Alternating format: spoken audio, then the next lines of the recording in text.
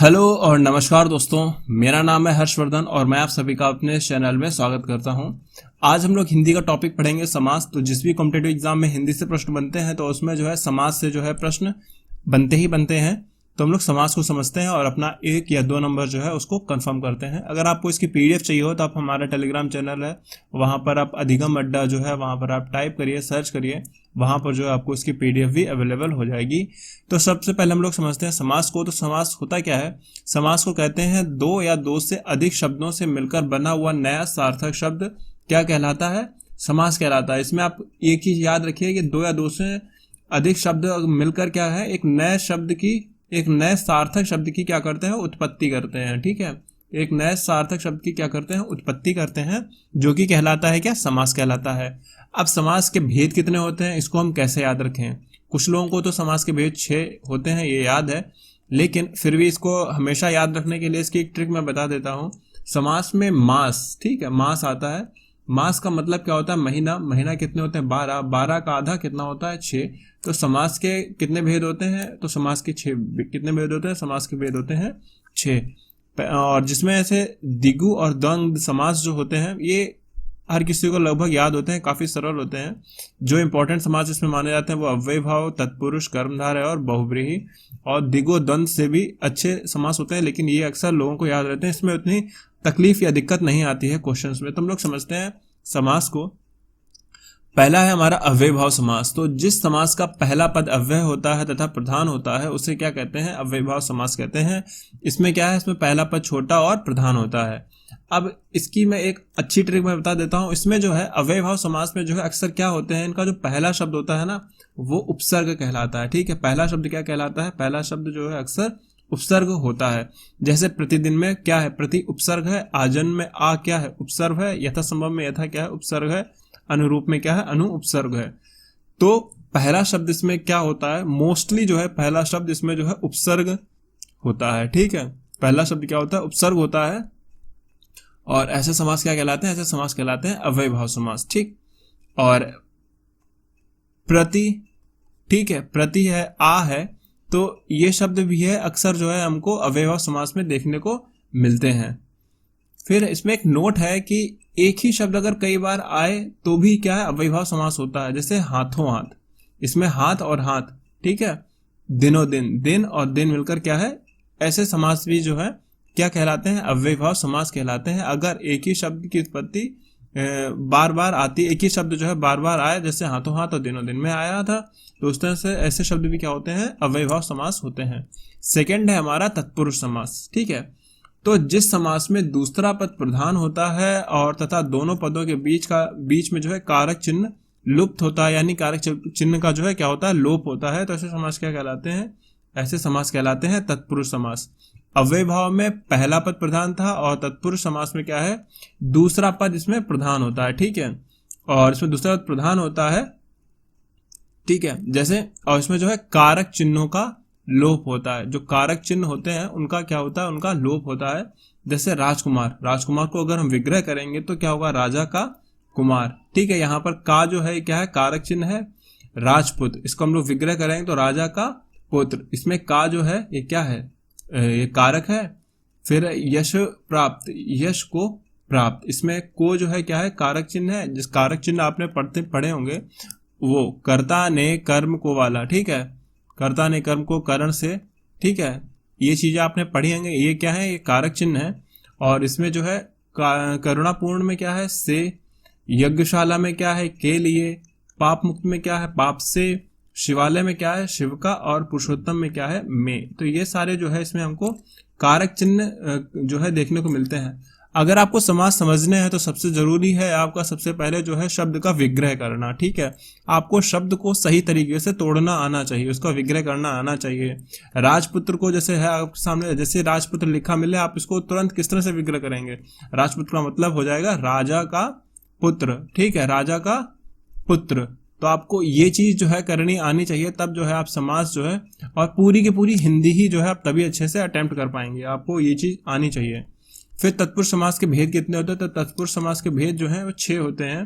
और कौन कौन से होते हैं? कर्म तत्पुरुष, करण तत्पुरुष, संप्रदान तत्पुरुष, अपादान तत्पुरुष, संबंध तत्पुरुष और अधिकरण तत्पुरुष। तो कर्म को क्या है? कर्म के लिए को जुड़ता है, करण से जुड़ता है जिसमें के द्वारा का लोप होता है, संप्रदान के लिए भी के जुड़ता है, इसका के लिए का लोप होता है। अपादान में क्या है? से जुड़ता है, और से कारक में क्या होता है? अलग होने का जो है लोप होता है। और संबंध क्या है? का, की, के, और अधिकरण में और पर। ठीक है, तो ये समास तत्पुरुष समास के 6 भेद होते हैं: कर्म तत्पुरुष, करण तत्पुरुष, संप्रदान, अपादान, संबंध और अधिकरण तत्पुरुष। फिर बात आती है कर्मधारय समास की। तो कर्मधारय समास कौन से होते हैं? तो जिस समास का उत्तर पद प्रधान होता है तथा पूर्व पद और उत्तर पद में उपमान, उपमेय तथा विशेषण विशेष्य का संबंध होता है, उसे क्या कहते हैं? कर्मधारय समास कहते हैं। ठीक है, इसकी सबसे बेहतरीन ट्रिक है, इसमें पहला पद क्या होता है? विशेषण होता है, दूसरे पद की तुलना होती है, साथ ही साथ तीसरा और मोस्ट इंपॉर्टेंट जो है इसकी ट्रिक है वो है कि विग्रह करने पर इसमें है जो या फिर के समान शब्द का जो है हमें देखने को मिलते हैं। अब जैसा कि मैंने आपको बताया था कि अगर आपको समास आने हैं तो आपको उसके लिए क्या आना चाहिए? उसके लिए आपको आना चाहिए शब्दों का विग्रह करना। ठीक है, आपको विग्रह करना अच्छे से आना चाहिए, तब आप जो है समास और हिंदी को जो है अच्छे से कर पाएंगे। जैसे चरण कमल, अब चरण कमल को आप अगर विग्रह करेंगे तो किस तरह से करेंगे? तो कमल के समान चरण। ठीक है, आप चरण के कमल नहीं बोलेंगे या चरण के लिए कमल नहीं बोलेंगे, इसका मतलब क्या होगा? चरण कमल का कमल के समान चरण। तो मैंने आपको बताया इसमें अगर है जो और के समान अगर शब्द देखने को मिलते हैं तो वो कौन सा समास होता है? तो वो समास होता है हमारा कर्मधारय समास। ठीक है, तो चरण कमल यानी चरण के समान कमल, यहाँ पर के समान शब्द जो है हमें देखने को मिलता है। फिर है महापुरुष। महापुरुष को हम कैसे लिखेंगे? महान है जो पुरुष। ठीक है, क्या बोलेंगे? महान है जो पुरुष। इसमें क्या हमको देखने को मिला? है जो। और है जो कहाँ है? मैंने आपको इसमें यहाँ पर दिखाया था कि अगर है जो या के समान आपको देखने को मिले तो क्या होते हैं? हमारे कर्मधारय समास आते हैं। फिर ये मृग नयन यानी मृग के समान नयन। और लाल मणि, लाल है जो मणि। तो जिस समास में जिस शब्द में विग्रह करने पर है जो या के समान शब्द का हमको लोप दिखता है तो वो क्या कहलाते हैं? तो वो कहलाते हैं हमारे कर्मधारय समास। ठीक है, वो क्या कहलाते हैं? हमारे कर्मधारय समास होते हैं। फिर है द्विगु समास। तो द्विगु समास क्या होते हैं उनको भी जान लेते हैं। तो जिस समास का पहला पद संख्यावाचक होता है वो क्या कहलाता है? द्विगु समास कहलाता है। संख्या वाले शब्दों का ही प्रयोग जो है द्विगु समास में हमको देखने को मिलता है, जैसे चौराहा, त्रिकोण, तिरंगा। यहाँ पर जो है हमको 4, 3 और 3 जो है देखने को मिलते हैं, लेकिन एक इसमें एक्सेप्शन होता है, वो मैं आपको बाद में चल करके बताऊंगा। ठीक है,